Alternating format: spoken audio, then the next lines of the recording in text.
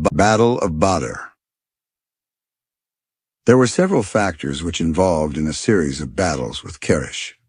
Of these, the Battle of Badr was the first and the most important. Causes of the battle.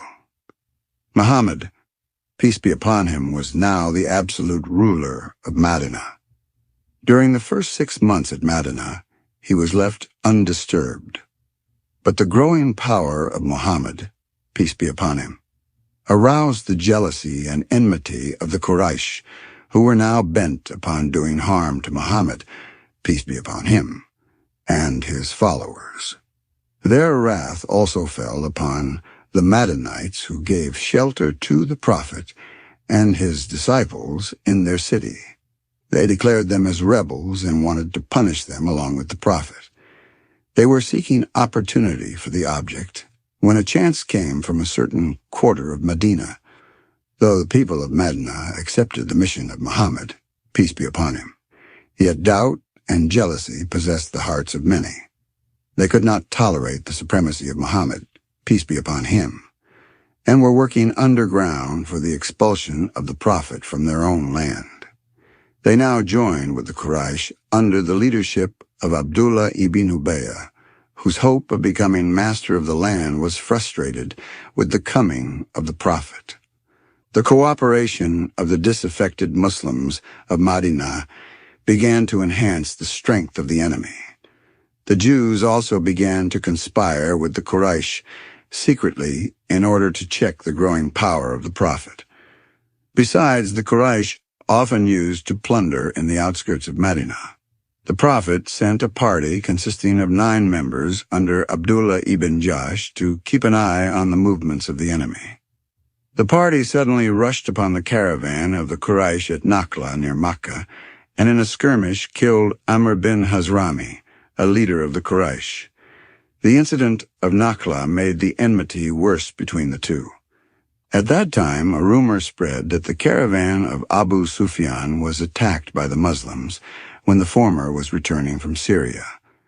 At this, the Quraysh, under the leadership of Abu Jahl, sent a vast army to attack Medina. When the Prophet was apprised of this, he summoned a council of war in which he decided to attack the caravan of Abu Sufyan on its way home from Syria. Thus the war between the Quraysh and Muhammad, peace be upon him, became unavoidable. Events. Both the Prophet and the Quraysh were now advancing towards Badr, a few miles off from Medina.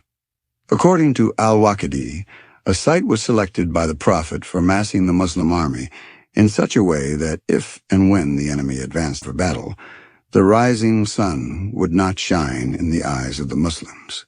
Probably he camped somewhere in the neighborhood of the hill of al-Arish in order to cut the water from the enemy, who camped further to the south on the yonder bank of the valley.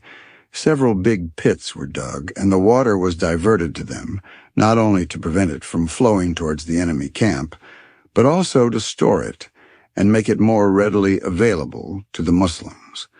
Early in the morning of the 13th of March, 624, the Prophet arranged his small army in files and lines. After the arrangement of the rank and file, he gave some important instructions to his men. His instructions were, "Do not move to break your lines, but stay on. Do not commence fighting until I order. Do not waste your arrows while the enemy is still beyond reach. Discharge your arrows only when the target is within reach. When the enemy approaches, begin to throw stones with your hands. On his nearer approach, use lances and spears, the sword being drawn only finally for hand-to-hand fighting." Before the commencement of the war, the Prophet prayed to God for his success against a vast number of army of the Quraysh. The Muslims had only 313 men to combat as many as 1,000 well-equipped soldiers in this battle. According to Arab custom, 3 leaders of the Quraysh named Shaiba, Utbah, and Walid bin Utbah challenged 3 Muslim generals to a single combat, and the challenge was accepted by Ubaidah, Hamza, and Ali. The Quraysh leaders fought bravely, but they were defeated and killed. The rest of the army took to their heels from the battlefield.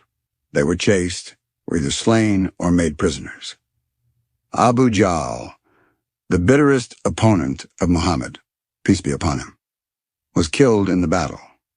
The number of the slain was 70, and about the same number was taken prisoners. The Muslim army lost only 14, of whom 6 were muhajirun, or refugees, and 8 were ansar. The Prophet ordered his followers to treat the prisoners with kindness and liberality. The command did not remain unheeded. Those of the prisoners who had no clothes were provided with dress, and they were fed at par with the Muslims. Some of the Muslims shared with them their own bread, and contented themselves with mere dates in view of the treatment of prisoners enjoined on them by the Prophet. The Prophet further decided to liberate the prisoners of war on payment of ransom. 4,000 drachmas each was fixed as the rate of ransom for ordinary prisoners. Even the relatives of the Prophet were not exempted. Abbas, the uncle of the Prophet, certainly deserved better, for he used always to serve in Mecca as a secret agent of Islam, and constantly kept the Prophet informed of local developments, yet he had to pay. It is pleasant to note here that the Prophet asked the literate among the prisoners only to teach 10 Muslim boys each how to read and write, and this would be their ransom. A few were released for their poverty on promising not to fight Muslims in future. This generous treatment of the Muslims towards the prisoners is unparalleled in the history of the world. Results. The Battle of Badr is the most decisive event in the history of Islam. It decided the destiny of Islam for all times to come. If the Muslims could not achieve success in this battle, Islam might have been wiped out forever from the face of the earth. According to R.A. Nicholson, Badr, like Marathon, is one of the greatest and most memorable battles in all history.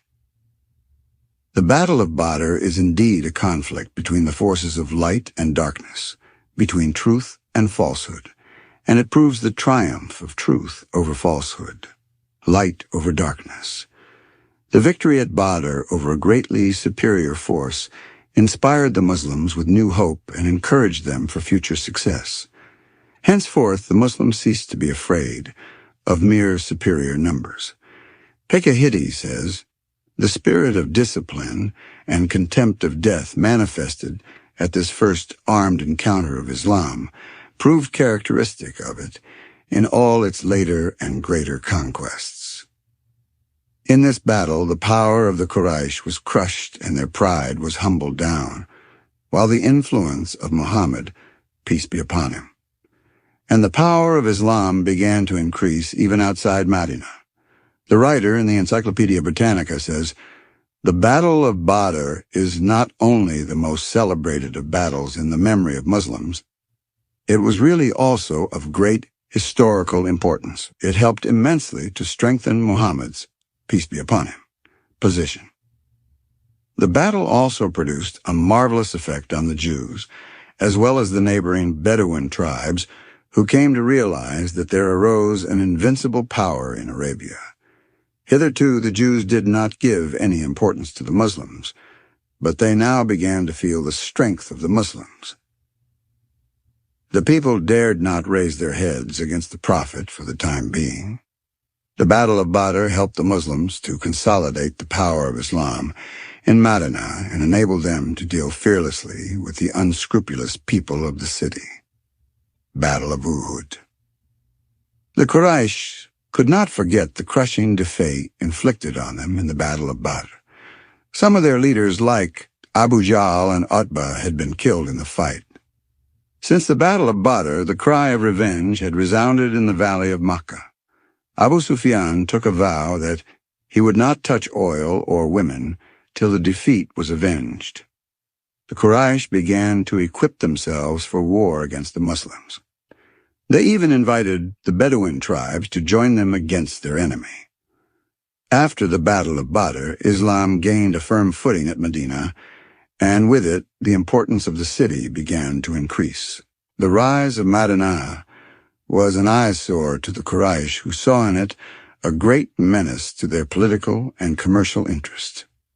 Over and above, the rise of Banu Hashim under the leadership of the Prophet was intolerable to the Umayyads. Hence the conflict between the two branches of the Quraysh, the Hashemites and the Umayyads, became inevitable. Events. In the third year of the Hijrah, the Quraysh, under the leadership of Abu Sufyan, proceeded towards Madinah with 3,000 combatants, including 700 with coats of mail and 200 on horses. Women were also allowed to accompany their husbands in this battle. After 10 days' march, they reached Dhul Hulayfa in the valley of Akik, about 5 miles west of Medina. It was Thursday, the 21st of March, 625 A.D. They encamped at the foot of the hill of Uhud. Mount Uhud lies to the north of Medina, and it is 4 to 5 kilometers in length.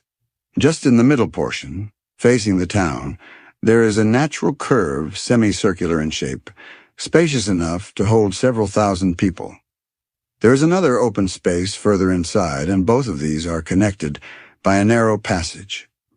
To the south of Uhud flows the Wadi Kanat, to the south of which stands the Ain Hill, also called the Hill of the Archers, Jabal al-Rumat, on account of the archers posted on by the Prophet on the day of the Battle of Uhud.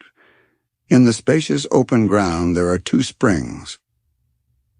When the Prophet was informed of the movement of the Quraysh, he ordered his followers to prepare. The Prophet was personally disposed to defend the city from inside and continue war therefrom. But it was not after the choice of the younger and more enthusiastic citizens. They would go forth and smite their enemies. Their ardor was so great that Muhammad, peace be upon him, against his better judgment, at last gave way and announced his readiness to offer battle. The Muslims began to march with 1,000 strong, but in course of their march, Abdullah ibn Ubayy, with his 300 followers, deserted the Prophet, and he was thus left with 700 men. There was a considerable number of women volunteers, including Aisha, the youngest wife of the Prophet, who nursed the wounded, brought water for the thirsty, and rendered other sundry services. On Saturday morning, the army of Muhammad, peace be upon him, reached the sandy plain beneath the peaks of Uhud. Next morning, the Prophet marched into the curve of Mount Uhud and took his position, making the inner opening as his camp. He decided to fight in the outer curve and accordingly made his dispositions. He appointed a batch of 50 archers to take up their positions on the Ain Hill. These, in coordination with the small cavalry under al-Zubair, were entrusted with the task of protecting the passage between Uhud and Ain from being penetrated by the enemy from behind the main Muslim army. The Prophet ordered the archers of Ain not to leave their post until further orders. When the Quraysh came to know of the arrival of the Muslim army, they advanced with their main infantry as well as half of their cavalry of 100 horses under Ikrimah towards the Prophet. The other half of their cavalry under Khalid bin Walid was to go round and attack the Muslim army from behind. During the first phase of the battle, the Muslims were gaining victory after victory. But when the battle was not yet over, the Muslims' archers deserted their posts, in spite of the stern warning of their commander, to take part in plundering, thinking that the battle was over. As a result of this, the Muslim ling lost form and order.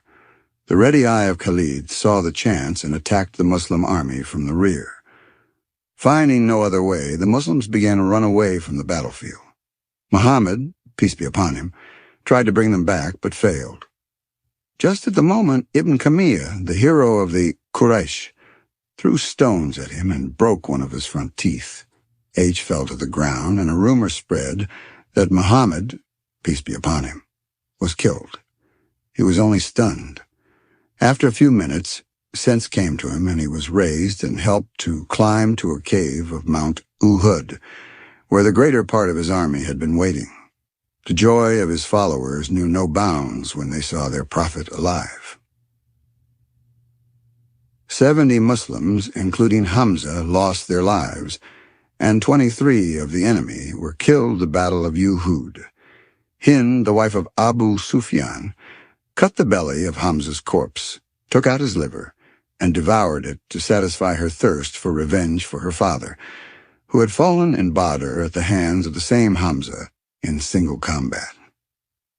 The military skill and tactics of Khalid bin Walid, the untimely blowing of wind, the lack of discipline, and the negligence of duties by the soldiers constituted the factors for the defeat of the Muslims in the Battle of Uhud. Khalid bin Walid, a great general, attacked the Muslims in the right moment, when the latter left the most important strategic position of the battlefield. Their love of plunder proved stronger than their sense of duty. Moreover, the Muslims could not distinguish their friends from their enemies on account of the blowing of wind, the defeat of Muhammad, peace be upon him. In the Battle of Uhud was not a defeat in the true sense of the term. God wanted to examine his belief in him, and in this the prophet proved himself successful. In spite of all troubles and dangers, he stood firm in his mission. It was also a lesson to his followers who disobeyed his orders. In the subsequent battles, they did not commit such mistakes. When Abu Sufyan came to know that Muhammad, peace be upon him, was not dead in the Battle of Uhud, he wanted to meet him again in the field of Badr, but after 1 or 2 days' march, the approach of Muhammad, peace be upon him, with a vast army and the scarcity of provender, forced him to retrace his steps. This is known as the Second Battle of Badr.